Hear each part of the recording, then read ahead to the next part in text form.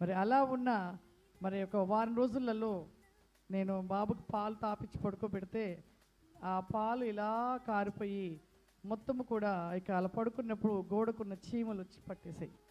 నోరు ఇలా ఓపెన్ చేసి పడుకునేవాడు, వాడి శ్వాస పీల్చలేక ఆ చీమలన్నీ కూడా వచ్చి ఆ నోటికి ద్వారా కట్టేసి మరి చీమలన్నీ పట్టేసాయి.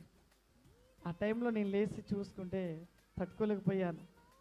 ఎన్ని చీమలన్నీ తీసేసి ఎందుకు బ్రతకాలి, చనిపోతే బాగుంటుంది కదా, ఇంకెవరికోసం బతకాలి, ఈ బిడ్డ మరి ఇంతగా చీమలు చనిపోయిన వాళ్ళకి చీమలు పడతాయి కదా, కానీ నా బిడ్డకు బతికుండగా చీమలు పట్టాయి, నేనే చనిపోతే బాగుండని బాబు ఆ చీమలను దులిపేసి ఇక నేనే ఉరి వేసుకుందామని ఆ ఊరి పెట్టుకున్నాను. ఆ టేబుల్ మీద అలా పెట్టి చీర వేసుకున్నాను ఫ్యాన్కి. ఒక స్టూల్ నెట్టబోయే లోపు ఒక స్వరము, నేనే యేసుని, నువ్వు నమ్ము, నీ కుమారుడికి నేను స్వస్థతనిస్తానని ఎక్కడి నుండో ఒక స్వరం నాతో మాట్లాడడం జరిగింది. హల్లెలూయా, హల్లెలూయా. అలా 3-4 సార్లు అలాగే మాట్లాడుతుంటే నేను కిందకు దిగి బాబు నొల్లో పెట్టుకొని బాగా ఏడ్చాను.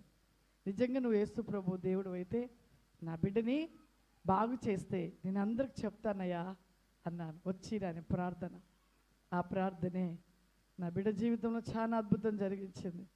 నేను ఆ నైట్ అలాగా ఏడ్చి పడుకున్నాను.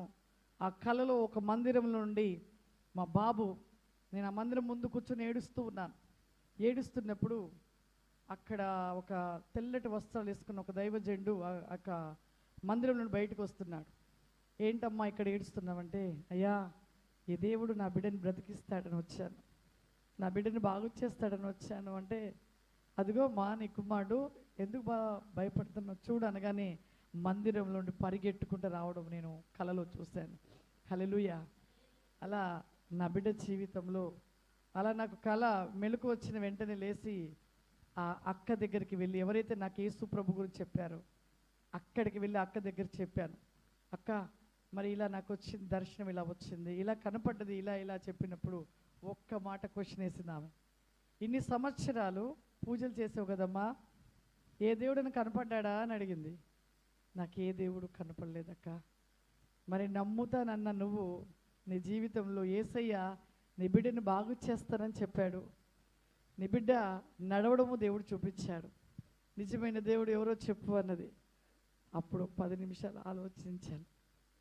నిజమైన దేవుడు యేసు ప్రభు అని నేను అప్పుడు నమ్మాను. హల్లెలూయా, హల్లెలూయా. నిజమైన దేవుడు, గొప్ప దేవుడు యేసు ప్రభు అని నమ్మాను. ఎందుకు అంటే ఎన్నో నోములు నోసాను. నాగుల చెమట వచ్చిందంటే బంగారపు పడిగలు